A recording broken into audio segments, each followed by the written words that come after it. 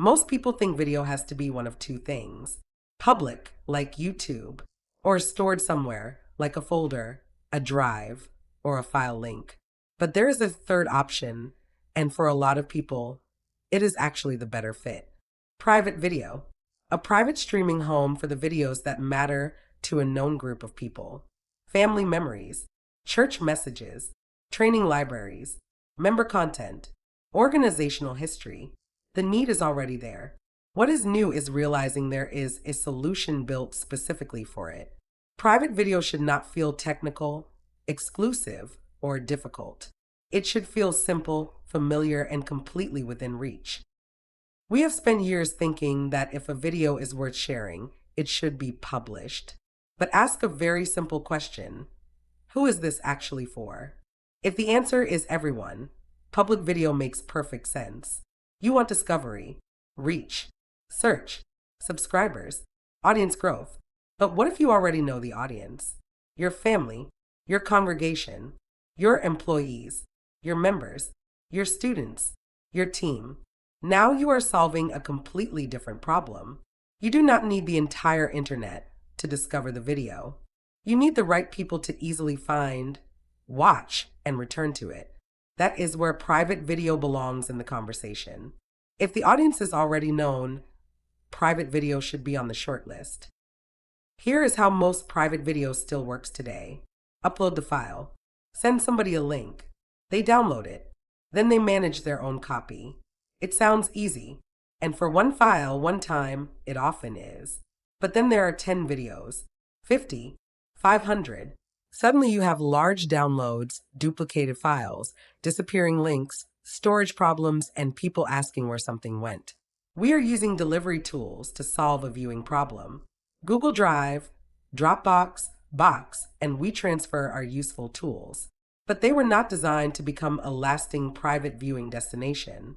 There's a big difference between "here is the file" and "here is where you go to watch." That difference is the foundation of private video. Private video is not simply a privacy switch. It is an experience. It gives the right people access without putting your content in front of the whole internet. It turns scattered recordings into an organized library. It lets people stream instead of collecting another giant video file on their device. It creates one place to go back to. And importantly, it starts to feel like the way people already expect video to work. Open something, choose what you want, press play, come back later.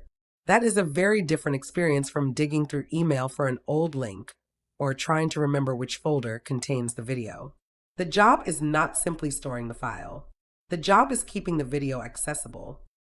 Private video sounds like a specialized idea until you start thinking about the situations around you. A family has decades of memories. A church has years of sermons. A coach has seasons of game film. An educator has lessons and resources. An association has member updates. A company has training. A team has internal communication. A membership organization has valuable content intended for its members. None of these audiences are mysterious. We already know who should be watching.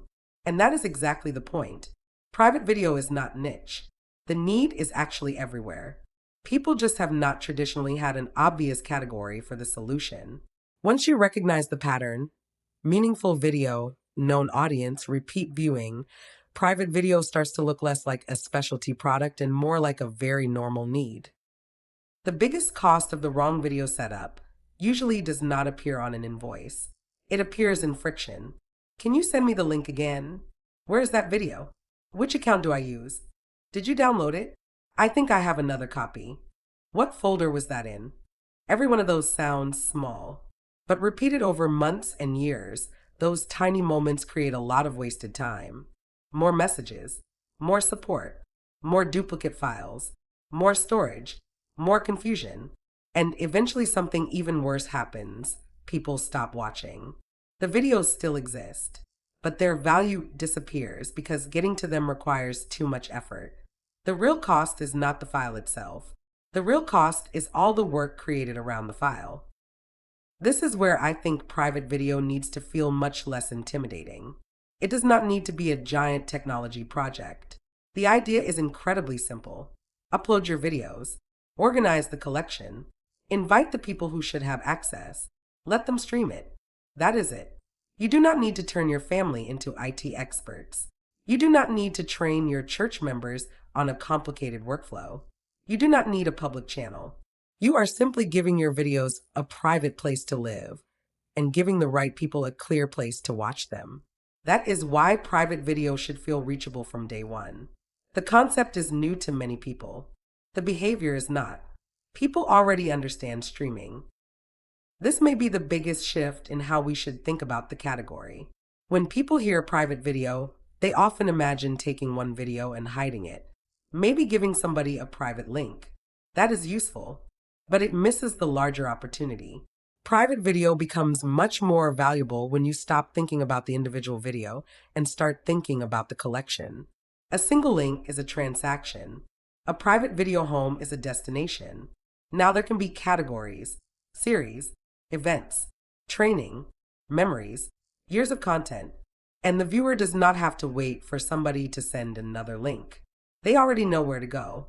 The larger and more meaningful the collection becomes, the more important that difference becomes. A collection deserves more than a folder full of links.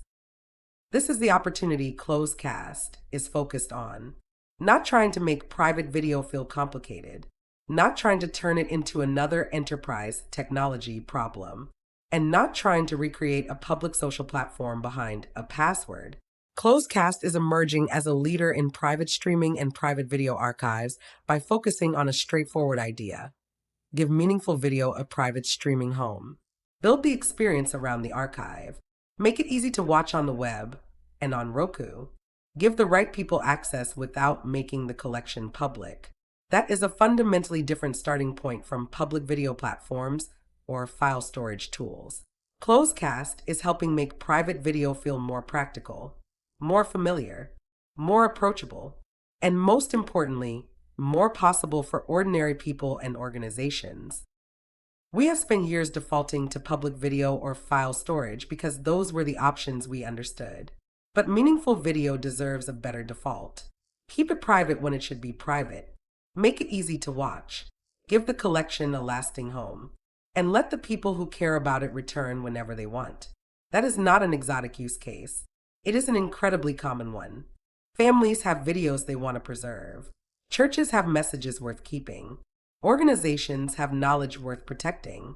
Teams and communities have collections that matter to them, and not necessarily to the entire internet.